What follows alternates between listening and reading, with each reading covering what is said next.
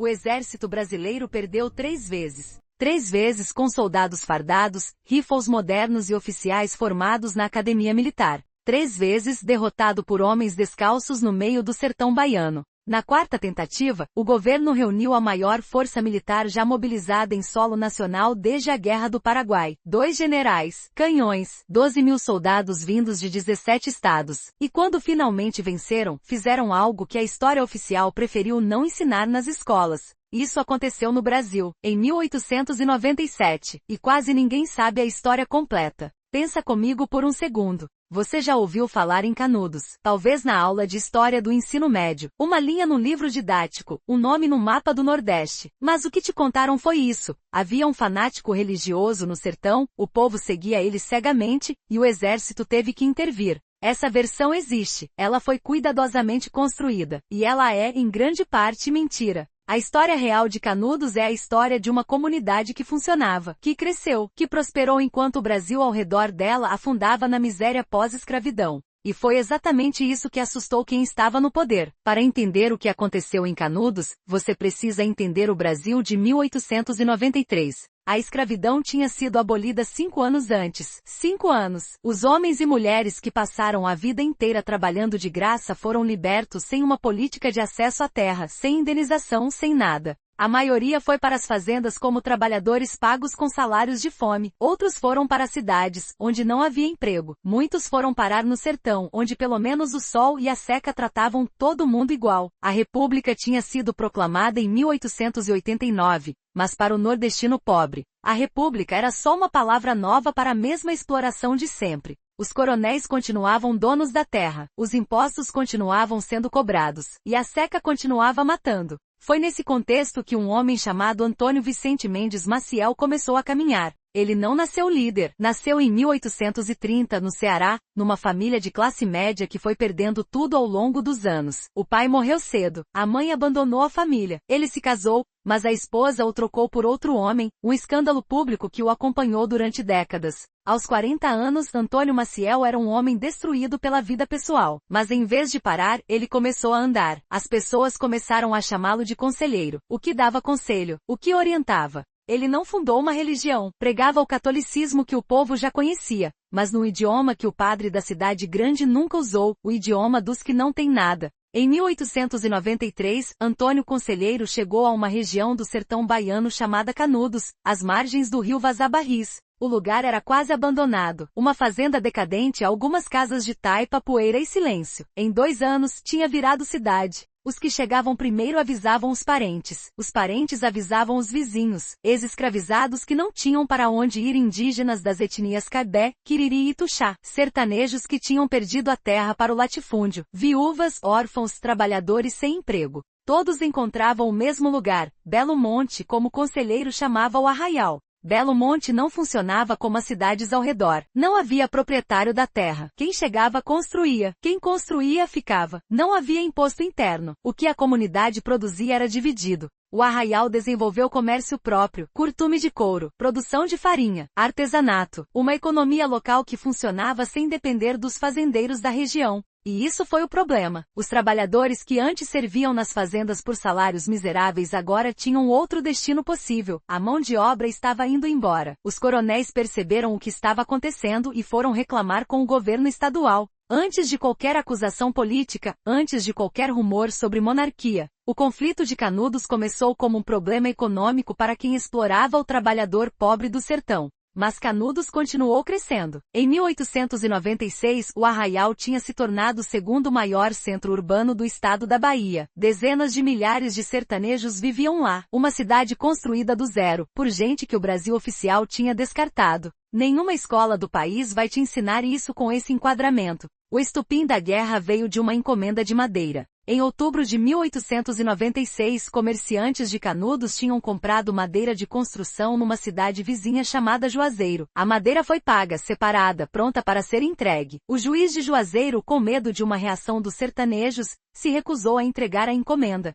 conselheiro enviou uma carta exigindo o cumprimento do contrato. O juiz interpretou a carta como ameaça e correu para o governo baiano pedindo proteção militar. Não havia conspiração, não havia plano de ataque. Havia uma encomenda de madeira não entregue e um juiz com medo de uma sombra que ele mesmo tinha criado. Mas o governo mandou soldados. A primeira expedição tinha 116 homens. 116 soldados para intimidar dezenas de milhares de sertanejos que tinham construído uma cidade inteira no meio do sertão. Os sertanejos de Canudos não esperaram. Conheciam cada palmo daquele terreno, cada ravina, cada morro, cada caminho que virava armadilha para quem não era dali. A expedição foi destruída antes de chegar ao arraial. O governo ficou em silêncio por algumas semanas, depois mandou a segunda expedição. A segunda expedição tinha 543 homens, 4 vezes maior que a primeira. O comandante era o tenente-coronel Febronil de Brito. Ele chegou mais perto do que o primeiro. Chegou perto o suficiente para ver as trincheiras que os sertanejos tinham construído, os túneis que conectavam as casas de adobe, as posições elevadas onde os jagunços esperavam com as armas que tinham capturado da expedição anterior. Isso é o detalhe que muda tudo. Cada derrota do exército armava melhor a próxima resistência. As armas abandonadas pelos soldados em fuga foram recolhidas, limpas, redistribuídas. O exército estava financiando a própria derrota. Febronil recuou. A segunda expedição voltou sem concluir nada.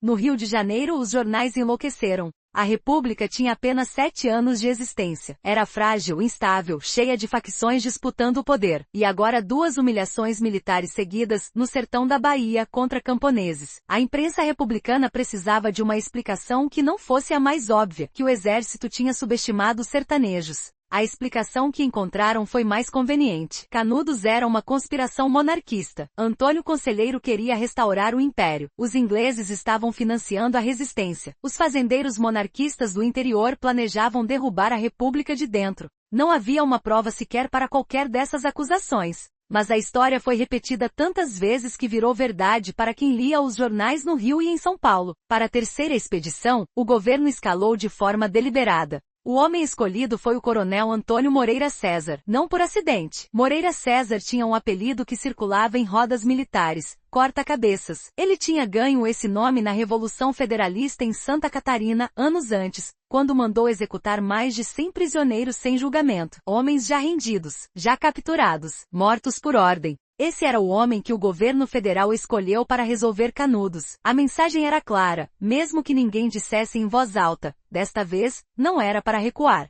Moreira César chegou ao sertão em fevereiro de 1897 com 1.300 soldados, artilharia e a certeza de que em 48 horas a questão estaria encerrada. Moreira César chegou ao sertão em fevereiro de 1897 com 1.300 soldados, artilharia e a certeza de que em 48 horas a questão estaria encerrada. Estava tão confiante que se recusou a esperar o restante das tropas, ordenou avanço imediato. Os sertanejos deixaram ele avançar. Tinham visto a estratégia funcionar 2 vezes. Deixar entrar, fechar o cerco, transformar o terreno em labirinto. Moreira César foi atingido por um tiro ainda nos primeiros combates. O coronel que assumiu o comando também tombou no mesmo dia. Em questão de horas, a expedição mais poderosa enviada até então entrou em colapso. Os soldados que sobreviveram correram, abandonaram artilharia, munição, equipamento, os próprios feridos. Os sertanejos colheram tudo. A notícia chegou ao Rio de Janeiro e produziu um efeito que poucos historiadores descrevem com clareza suficiente.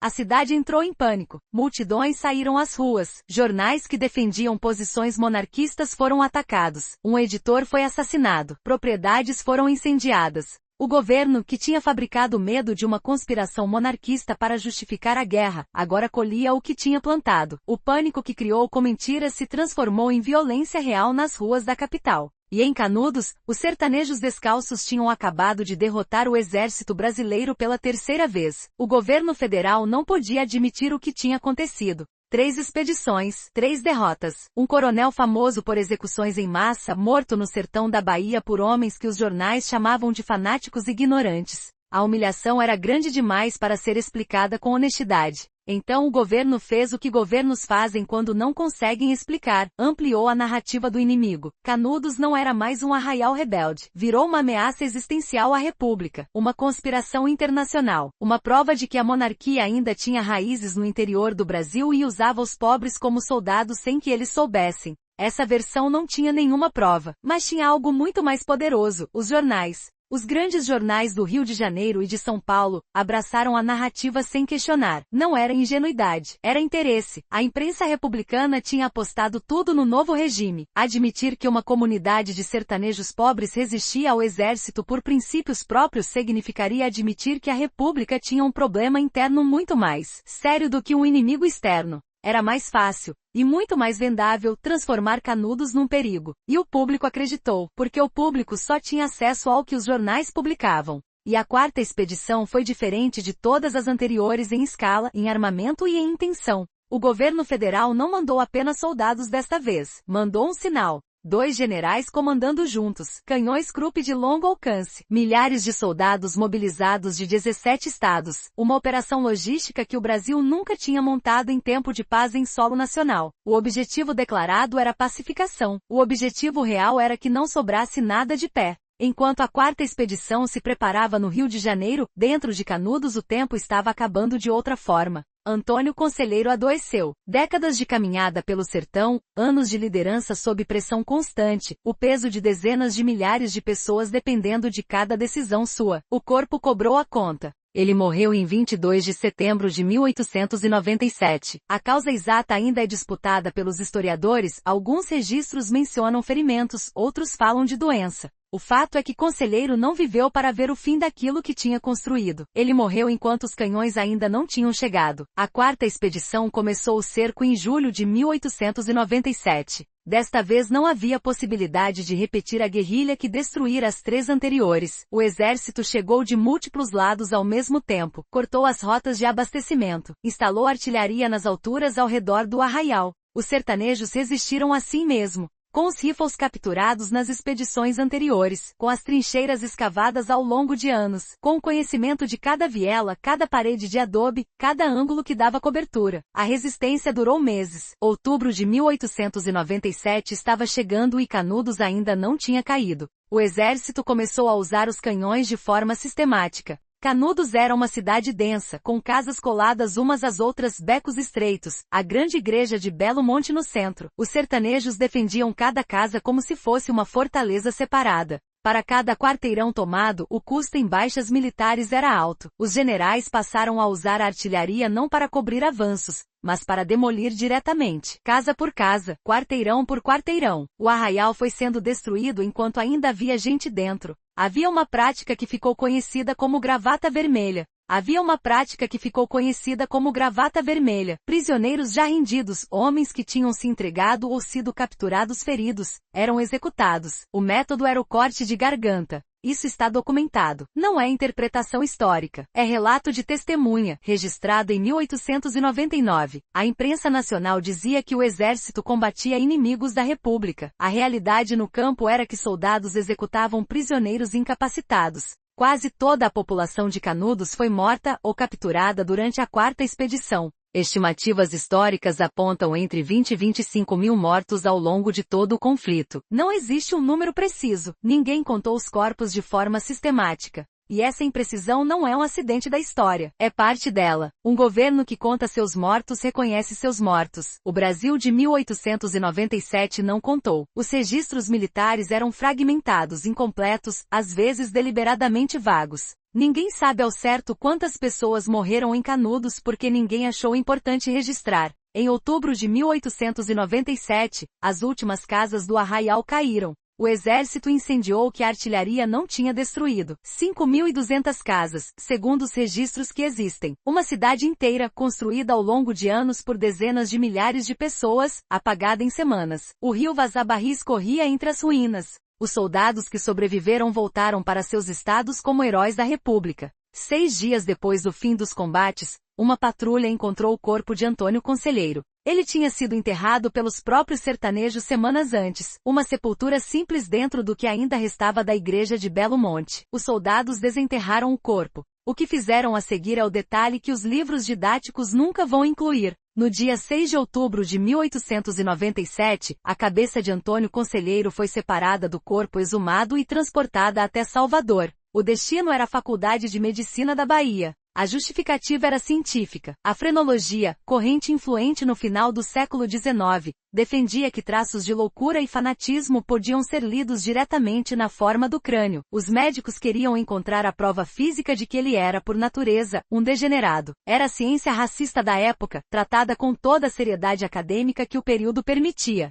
Era a ciência racista da época, tratada com toda a seriedade acadêmica que o período permitia. A cabeça chegou a Salvador, foi examinada, foi catalogada. E ficou lá. Durante 8 anos, permaneceu guardada na Faculdade de Medicina do Terreiro de Jesus. Enquanto isso, a República celebrava a vitória sobre Canudos. Os generais recebiam medalhas. Os jornais publicavam editoriais sobre a sobrevivência das instituições democráticas. E a cabeça do homem que tinha construído a segunda maior cidade da Bahia ficava numa prateleira de faculdade, esperando que alguém encontrasse nela a prova de que tudo tinha sido culpa dele. A prova nunca foi encontrada, porque não havia nada para encontrar. Em março de 1905, o incêndio começou na Faculdade de Medicina do Terreiro de Jesus. O fogo destruiu parte do acervo, documentos, amostras, material de pesquisa acumulado ao longo de anos. Entre o que ardeu estava a cabeça de Antônio Conselheiro, o homem que construiu a segunda maior cidade da Bahia, que foi acusado sem prova, que morreu antes de ver o fim,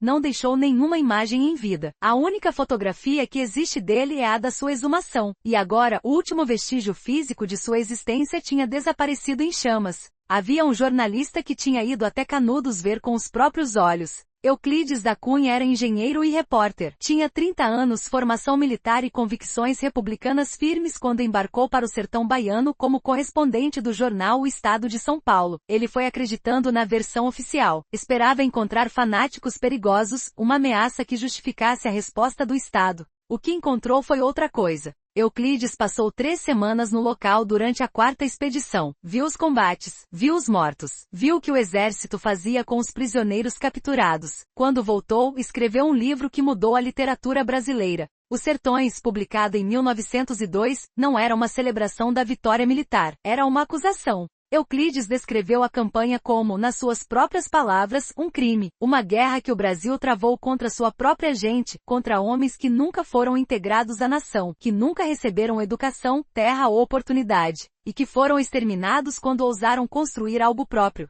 Nenhum outro brasileiro com acesso à imprensa disse isso tão claramente naquele momento. Essa palavra, crime, em 1902, no Brasil da República Velha, publicada no livro que virou cânone da literatura nacional, foi uma rachadura na versão oficial, pequena, mas permanente. Nos anos seguintes ao massacre, as ruínas de Canudos ficaram desertas por pouco tempo. Sertanejos que tinham sobrevivido, famílias que tinham escapado antes do cerco final, alguns voltaram, não para o mesmo lugar exato, mas para as proximidades. O rio ainda corria ali, a terra ainda era terra. Uma nova comunidade pequena foi se formando nas bordas do que havia sido Belo Monte. Não era a mesma coisa, não tinha escala, não tinha organização, não tinha conselheiro, mas havia gente que insistia em ficar naquele sertão. O Brasil do século XX continuou mudando. A República Velha entrou em crise. Getúlio Vargas chegou ao poder em 1930. Em 1940, Vargas visitou pessoalmente a região do antigo Arraial. Ele tinha um projeto, construir uma barragem no rio Vazabarris para resolver o problema das secas do sertão baiano, uma obra de infraestrutura, um símbolo de progresso. O local escolhido para a barragem foi exatamente onde Canudos tinha existido. O rio que corria entre as ruínas de Belo Monte seria represado, o que restava ficaria embaixo da água. O projeto demorou décadas para sair do papel. A barragem de Cocorobó foi construída entre 1968 e 1969, durante a ditadura militar. Para quem conhece a cronologia, o Ato Institucional número 5, o Inteligência Artificial 5, foi decretado em dezembro de 1968. Era o decreto mais repressivo da ditadura, que suspendeu garantias constitucionais e consolidou o controle absoluto do regime militar. A barragem que afogou as ruínas de Canudos foi concluída meses depois do Inteligência Artificial 5. Um sítio histórico que documentava o maior massacre interno da história do Brasil, submergido em plena ditadura, logo após o decreto que fechou qualquer possibilidade de debate público. Não existe documento que prove que a conexão foi intencional, mas o resultado foi o mesmo. Em 1969, as águas do Cocorobó subiram e cobriram o que restava de Canudos. A segunda comunidade que tinha se reconstruído nas ruínas foi deslocada. As poucas estruturas que tinham sobrevivido ao tempo foram submersas. O local onde a igreja de Belo Monte havia sido erguida pelos próprios sertanejos ficou embaixo do reservatório. Canudos foi destruída 3 vezes, a primeira por canhões, em 1897, a segunda pelo esquecimento deliberado ao longo de décadas, a terceira pela água, em 1969. Cada destruição foi de uma natureza diferente, mas o efeito foi acumulativo. Há um detalhe que o tempo não conseguiu apagar completamente. Nos anos de seca intensa, quando o nível da barragem cai muito, as ruínas emergem da água. Nos anos de seca intensa, quando o nível da barragem cai muito, as ruínas emergem da água. A torre da igreja de Belo Monte, construída com pedra e cal pelos sertanejos, foi a única estrutura do arraial que resistiu aos canhões da quarta expedição, e ela resiste à água também. Quando a seca é severa o suficiente, a torre aparece acima da superfície do reservatório. A história que o Brasil tentou apagar em 3 etapas continua fisicamente presente no fundo do lago. A historiografia brasileira levou décadas para alcançar o que Euclides tinha intuído. Durante a maior parte do século XX, Canudos continuou sendo tratada nos livros didáticos como um episódio de fanatismo religioso controlado pelo Estado. A versão que a imprensa de 1897 tinha construído sobreviveu nos currículos escolares por gerações. Foi só a partir dos anos 1980, com a redemocratização e a abertura dos arquivos militares, que pesquisadores começaram a reexaminar o que tinha acontecido de forma sistemática. O que encontraram confirmou o que os relatos de testemunhas oculares já indicavam. A acusação de monarquismo era fabricada, as execuções de prisioneiros eram documentadas, e a destruição do arraial foi deliberada e total. Não foi descoberta nova, foi confirmação do que sempre esteve disponível para quem quis olhar. Em 2019, o Congresso Nacional aprovou a Lei 13.829. Antônio Conselheiro foi incluído no livro dos heróis e heroínas da pátria. O homem que o governo republicano de 1897 chamou de inimigo da nação, que a imprensa retratou como fanático degenerado, e que os livros didáticos por décadas apresentaram como símbolo de atraso, foi reconhecido oficialmente como herói brasileiro. 122 anos depois. Isso não desfaz o que aconteceu, não traz de volta as dezenas de milhares de mortos, não reconstrói Belo Monte, não recupera o que o incêndio de 1905 destruiu. Mas é o Estado brasileiro reconhecendo formalmente que cometeu um erro que durante muito tempo preferiu chamar de vitória. Pensa no que isso significa na prática. Cada vez que um brasileiro aprende sobre Canudos num livro didático e lê apenas que havia um líder fanático e uma guerra no sertão, essa pessoa está repetindo sem saber a versão que o governo de 1897 fabricou para justificar o massacre.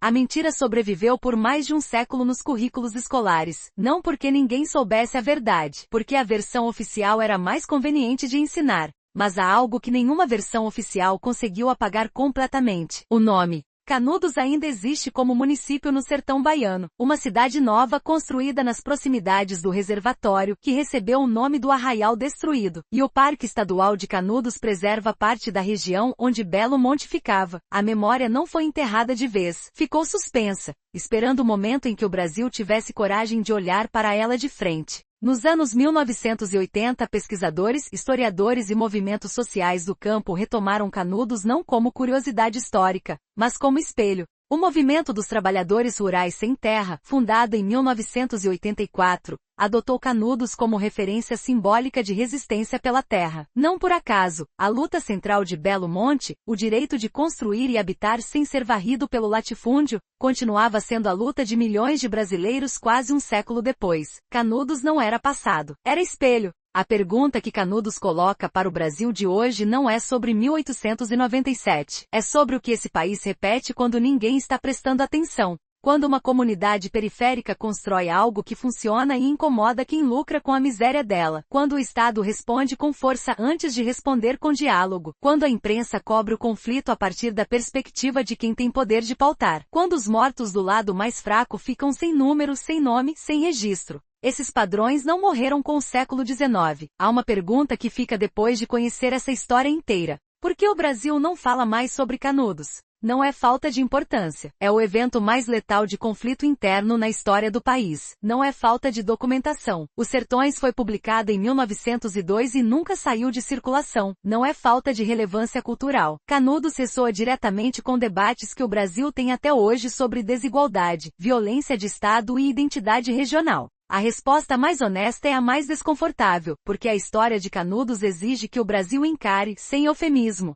o que o Estado fez contra os seus próprios pobres quando eles ousaram existir de forma autônoma. Antônio Conselheiro passou 20 anos caminhando pelo Nordeste sem pedir nada ao Estado. Não pediu terra, tomou um lugar abandonado e construiu. Não pediu proteção, organizou a própria comunidade. Não pediu reconhecimento, recebeu perseguição. E quando o Estado finalmente chegou com armas, ele e a comunidade que tinha construído resistiram com o que tinham, por mais tempo do que qualquer general imaginava possível. Isso não é a história de um fanático, é a história de um Brasil que o Brasil oficial não queria ver. Existe uma fotografia, uma única fotografia. Ela mostra um corpo exumado, no chão seco do sertão, os soldados ao redor, a cabeça já separada. Essa é a única imagem que existe de Antônio Conselheiro. Não há foto dele vivo, não há retrato, não há imagem de Conselheiro caminhando pelo sertão, ou pregando para os sertanejos, ou olhando para a igreja de Belo Monte que ajudou a erguer. A única imagem que a história registrou dele é a imagem do que o Estado fez ao seu corpo depois de morto. Pensa nisso, a pessoa mais perseguida do Brasil no final do século XIX não deixou um rosto para a história, só deixou a prova do que fizeram com ele. Não houve cerimônia de encerramento. Não houve julgamento dos responsáveis pelas execuções de prisioneiros. Não houve comissão de investigação. Não houve contagem oficial dos mortos.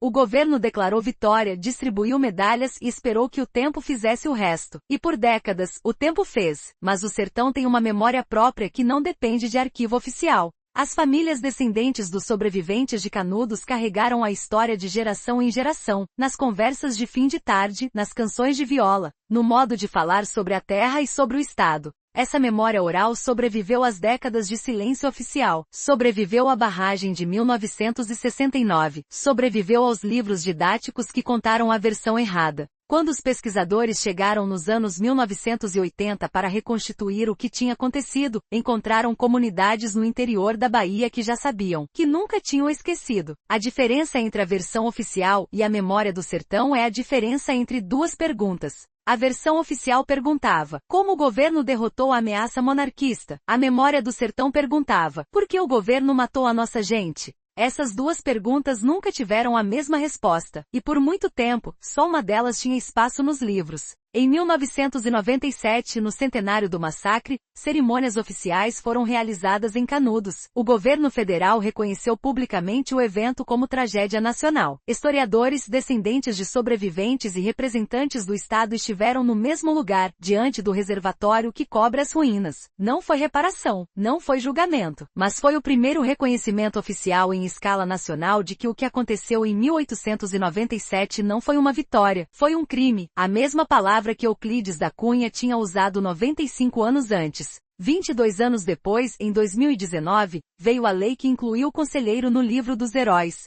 122 anos de espera entre a morte de um homem e o reconhecimento de que ele não era o inimigo. Esse intervalo não é apenas a demora de uma burocracia lenta, é a medida de quanto custa no Brasil revisar a narrativa sobre quem o Estado escolhe destruir. O que fica depois de tudo isso? Fica Canudos como nome, como lugar, como pergunta que o Brasil ainda está aprendendo a fazer em voz alta. Fica Os Sertões como o livro que um homem escreveu quando voltou do sertão convicto de uma coisa e encontrou outra. Fica a torre da igreja de Belo Monte emergindo da água nas secas severas, sozinha no meio do reservatório, como se recusasse aceitar que a história acabou. Fica a fotografia, o único rosto que o Brasil deixou para Antônio Conselheiro, não o rosto dele, mas o rosto do que fizeram com ele. E fica a pergunta que essa história faz para cada brasileiro que a conhece de verdade pela primeira vez. O que você teria feito se estivesse nos jornais do Rio de Janeiro em 1897, lendo sobre a conspiração monarquista no sertão da Bahia? A maioria teria acreditado, porque a informação disponível era controlada, porque o Estado tinha interesse em construir um inimigo, porque é mais fácil, e muito mais confortável, acreditar que quem o governo combate merece ser combatido. Essa não é uma lição sobre 1897, é uma lição sobre como narrativas de poder funcionam em qualquer época. Canudos durou 4 anos como comunidade autônoma. Nesse tempo, recebeu dezenas de milhares de pessoas que o Brasil oficial tinha descartado, construiu uma economia, ergueu uma cidade, resistiu ao exército mais bem equipado do país por 4 expedições. E quando foi destruída não foi porque era fraca, foi porque era forte o suficiente para assustar quem tinha interesse em mantê-la inexistente. Essa é a história que o Brasil mandou canhões para apagar, que a imprensa cobriu com mentiras, e que a ditadura ajudou a submergir debaixo da água. E essa é a história que você acabou de ouvir. Não porque está num livro didático, porque ainda não está, pelo menos não da forma que deveria estar. Se você chegou até aqui, você sabe alguma coisa que a maioria dos brasileiros não sabe. Não porque a informação esteja escondida. Os Sertões está disponível em qualquer biblioteca. Os registros históricos existem. As pesquisas acadêmicas existem. A informação sempre esteve ali. O que faltava era alguém contar a história inteira, sem o filtro da versão oficial, para quem nunca teve tempo ou motivo para procurar. Antônio Conselheiro foi declarado Herói da Pátria em 2019. A torre da igreja de Belo Monte ainda emerge da água nas secas. As ruínas ainda estão lá, no fundo do Cocorobó, esperando. E Canudos, a história, o nome, a pergunta não desapareceu. Nunca desapareceu. E Canudos, a história, o nome, a pergunta não desapareceu. Nunca desapareceu. Nunca desapareceu.